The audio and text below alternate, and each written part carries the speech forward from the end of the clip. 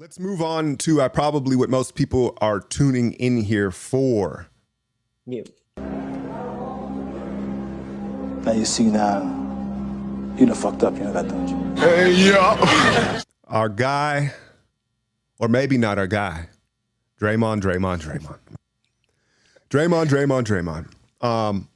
So for those of you listening that don't know, because, you know, I mean, I almost, when something like this happens, so I tweeted out the big eye emoji and with no context, because when it's something negative like this, I don't really want to spread it, you know, when it comes to my squad. So it was kind of like, if you know, you know, but I'm not trying to like retweet all this stuff and blow it up. Draymond liked a tweet that really was just kind of crucifying Ayesha Curry and what she's done. And look, man, Draymond is like, look, if you're the one in the relationship with all the warts, you can't be the one that's always out of pocket. Yeah, for real. You know? And that being said, the tweet was 100% facts. I mean, so it's, but you're right, in my eyes, and those of you that are interested, go look it up. But it more or less was talking about how she had been contradictory in the past, talking about, I don't get on Instagram and show skin for attention. Like, that's for my man. And then obviously talking about how she doesn't get attention from men. She lost a bunch of weight recently and posted a thirst trap picture. And so people were pointing that out. Draymond liked the tweet. And it wasn't the first picture. Like the last 2 months, there's been a couple pictures. The one picture with Steph holding her up in her bathing suit, which was actually more provocative than the last picture that we just saw attached to this. More provocative. I like that. So look, like I said, I think the tweet was real. I've in the past, y'all know how I feel about it, but I'm not going to like go in on some man's wife. It just seems like she's a little unlikable. You know what I'm saying? But it is what it is. It's not important whether we like her. It's important if Steph does. But that being said, it's like you don't do that to Steph. Regardless if Draymond feels away, you don't do that to Steph. And so Warriors Nation peeped it right away and everybody got on his neck. And it's just like, it's just adding up. And it's going to be very interesting to see how it's handled. And so immediately what I do is I go to the trade machine. Y'all know I love to trade Draymond. I do it once a month. I do the shit once a month. So I got some trades for you.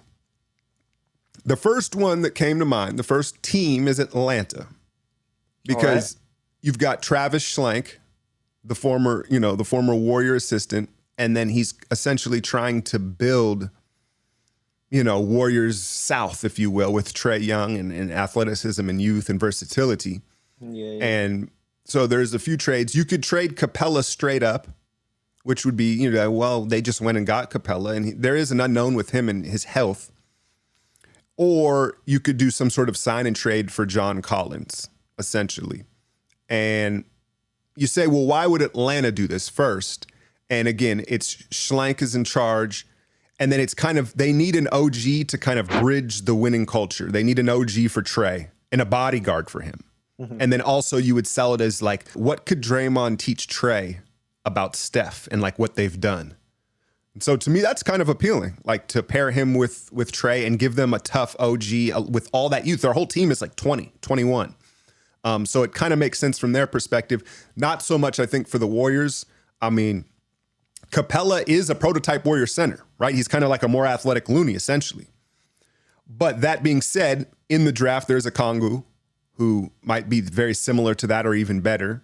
And then if you look at John Collins, who I'm not a big fan of, I think he kind of puts up superficial numbers. He's kind of like a David Lee. He'd be like a David Lee type pick and roll player for Steph. You could point to Obi Toppin in the draft and say, well, that's going to be a similar thing. That's a younger. Well, Obi might be older than John Collins. Shit.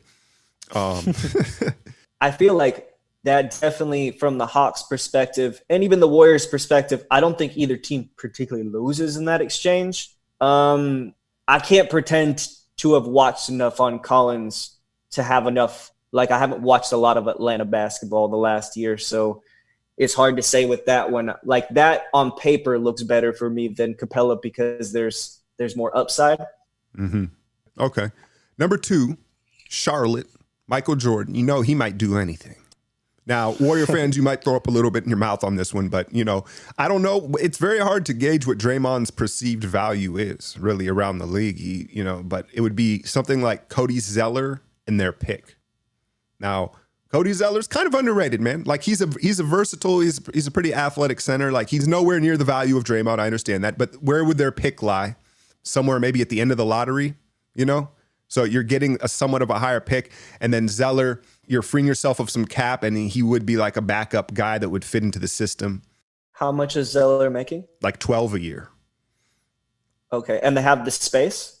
Yeah, they have the space. It cleared. Yeah, it cleared. So it'd be something like that where you get a relatively high pick and then a useful big that you could put in the rotation.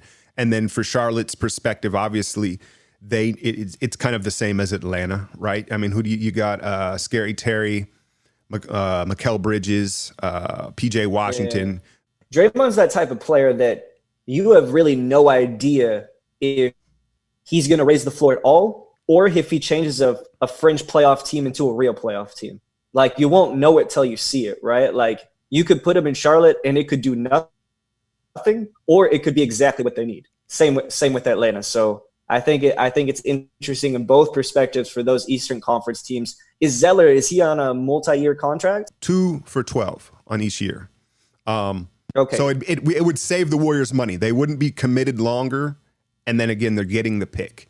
But I think Draymond's a ceiling raiser, right? So I think Charlotte and Atlanta, these are teams. I know Atlanta's record's really bad, but they're closer than it appears.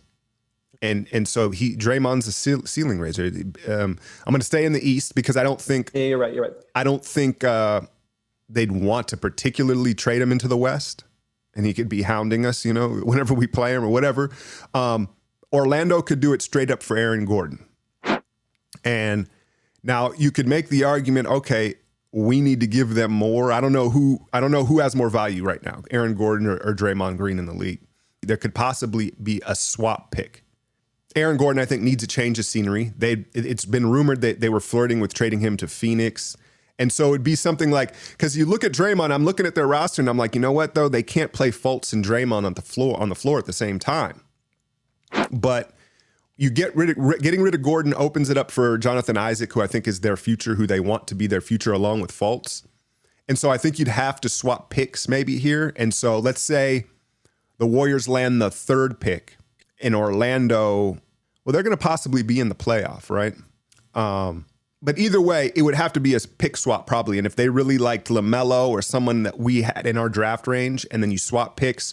So we move back essentially, and because the Warriors, a lot of fans and people have been talking about moving back. There's some guys they like more. So you get the guy you want, and then you swap Draymond for Aaron Gordon.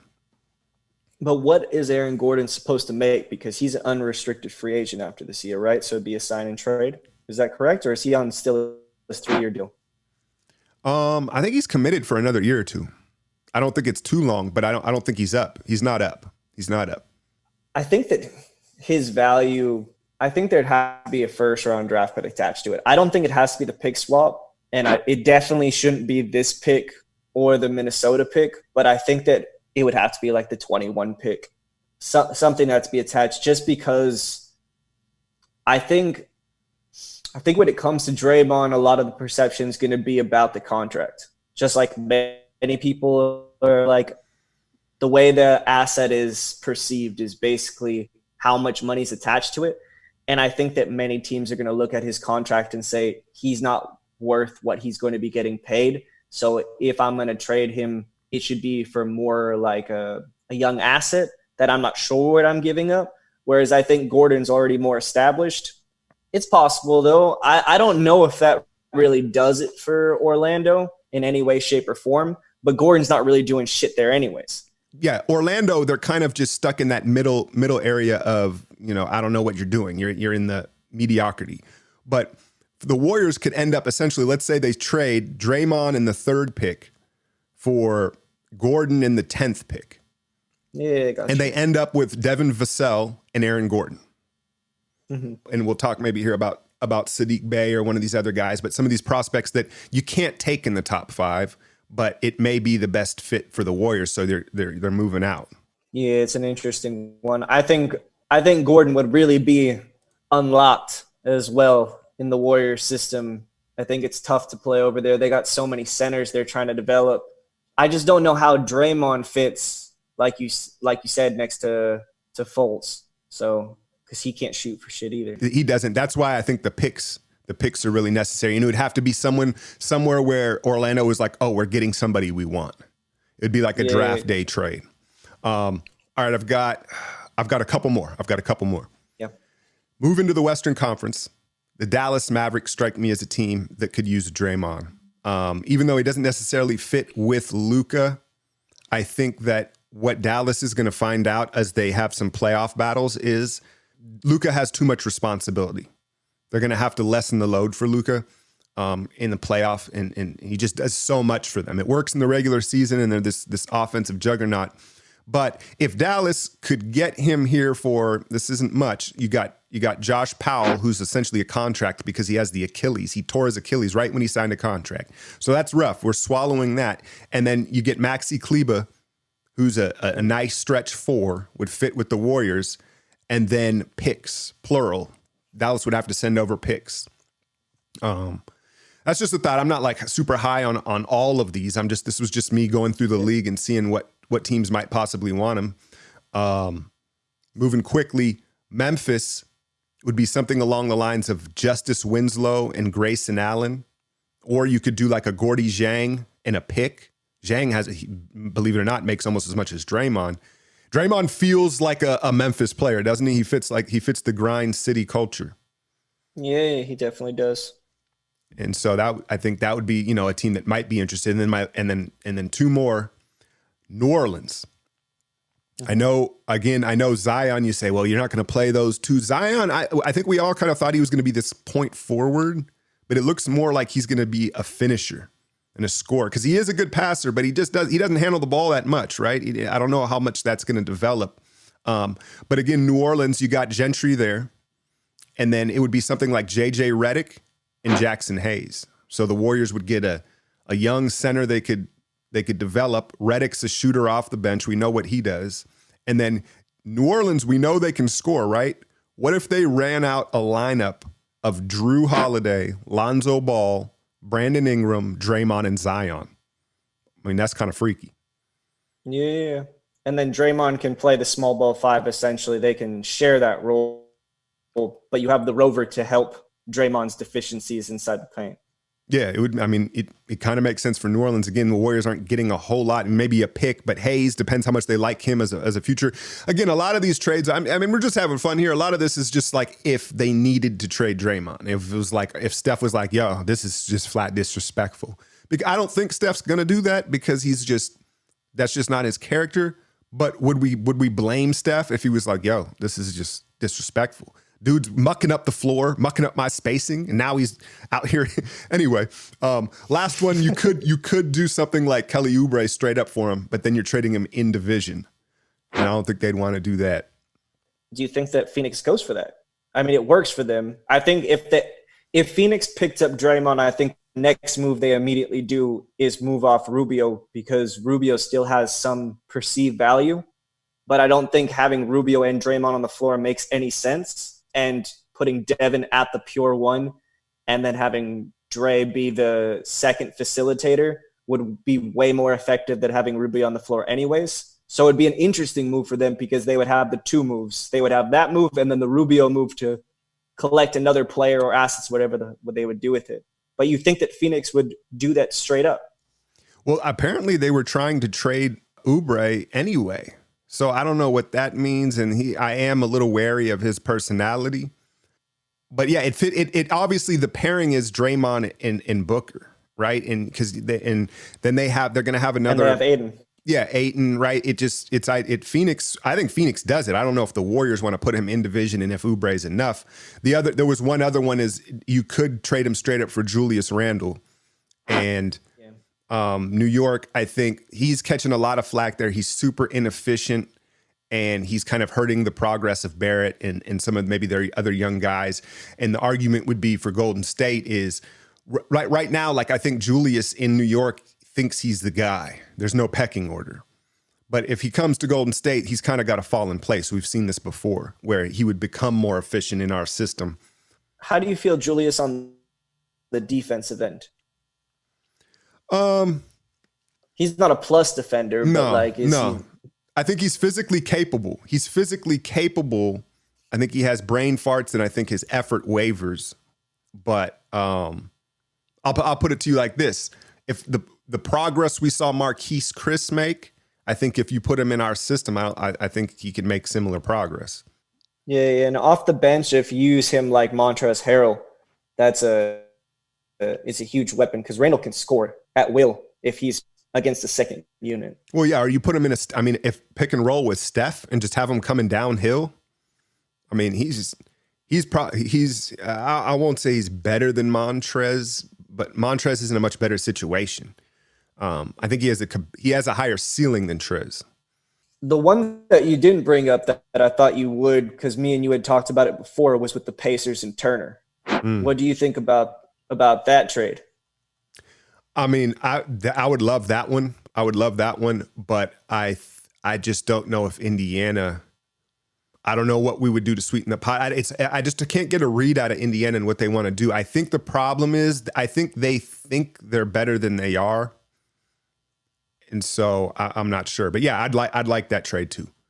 I think for sure there needs to be a pick like attached to it. In my opinion, I think Turner has more value. Like, he's making a little less. He's a whole lot younger. He's more built for the modern NBA. Comparing him to an older Draymond at this point, I think there has to be a first-round draft pick. I'm considering, like, if you put the Minnesota pick attached to Draymond, they have to take that deal. How do you feel about that, giving up the Minnesota pick with Dre if it means getting Turner in return? I don't know, man. I don't know about that. Because Miles Turner is intriguing, but it's also one of those things where if you look at his profile on paper and you say, well, why would they trade him? It's kind of like the same thing with Oubre, where if you watch him from a distance, you're like, dude, this is a nice prototypical wing. Why would a team want to get rid of him? And Turner has some motor issues, some toughness issues. I don't know if I'd be willing to do all that. I don't know. I would, that's close. Me as well. Every time I'm on the motorbike driving around, I'm thinking about where I can send Draymond for the last 18 months that this has been flowing through my brain. But we've kind of accepted, hey, it's going to be this way. Yeah, you've been telling me for 6 months, just chill out. He's going to be there. And I really thought that until we saw this. It's okay, well, now we open the bag up.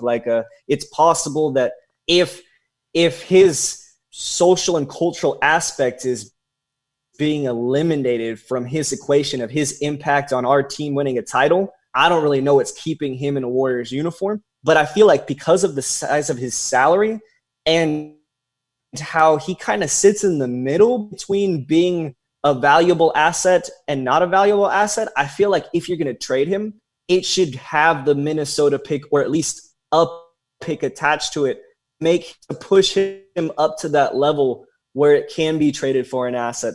Rather than it's either keep him or sweeten the pie with him and use him as a salary that's it's not like trading someone who's worthless. Yeah, he has value, but he doesn't have enough value to get a player that we really particularly want. One that came to mind when I was looking at it today was Bogdan Bogdanovic in Sacramento. Straight up, there's no way they trade it. But if you attach the pick to it, with Minnesota, if they believe Minnesota is going to be as bad as we think Minnesota is going to be, I don't think they particularly want to pay Bogdanovic, or else they would have already paid him. They got all these guards. They already fed Hield to the big bag. There's not really enough ball to go around in Sacramento with all these guards. Draymond fits quite well there, except for the fact that they gave Harrison Barnes all that money out. Really, they have to figure that situation out. But I feel like it's not a deal that I can say they're going to take, but I think that they have to think about it for a bit. I think they go, okay, maybe that'll get us, because like we've talked about before, Sacramento and Phoenix are in two different situations. They're not even thinking about the title. They just fuck, we need to get into the playoffs sometime in this century. So I think that'd be an interesting one. The Turner and Bogdanovic, I would seriously consider attaching either 2 late first-round draft picks or the Minnesota pick for those players, or there's a bunch of other players possible that are sign and trade players that maybe we should be considering.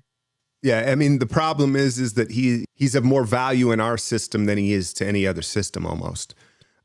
That's why, I mean, I immediately thought Atlanta, but you know what? The reality of it is, if I were to guess, Steph was with the liked tweet.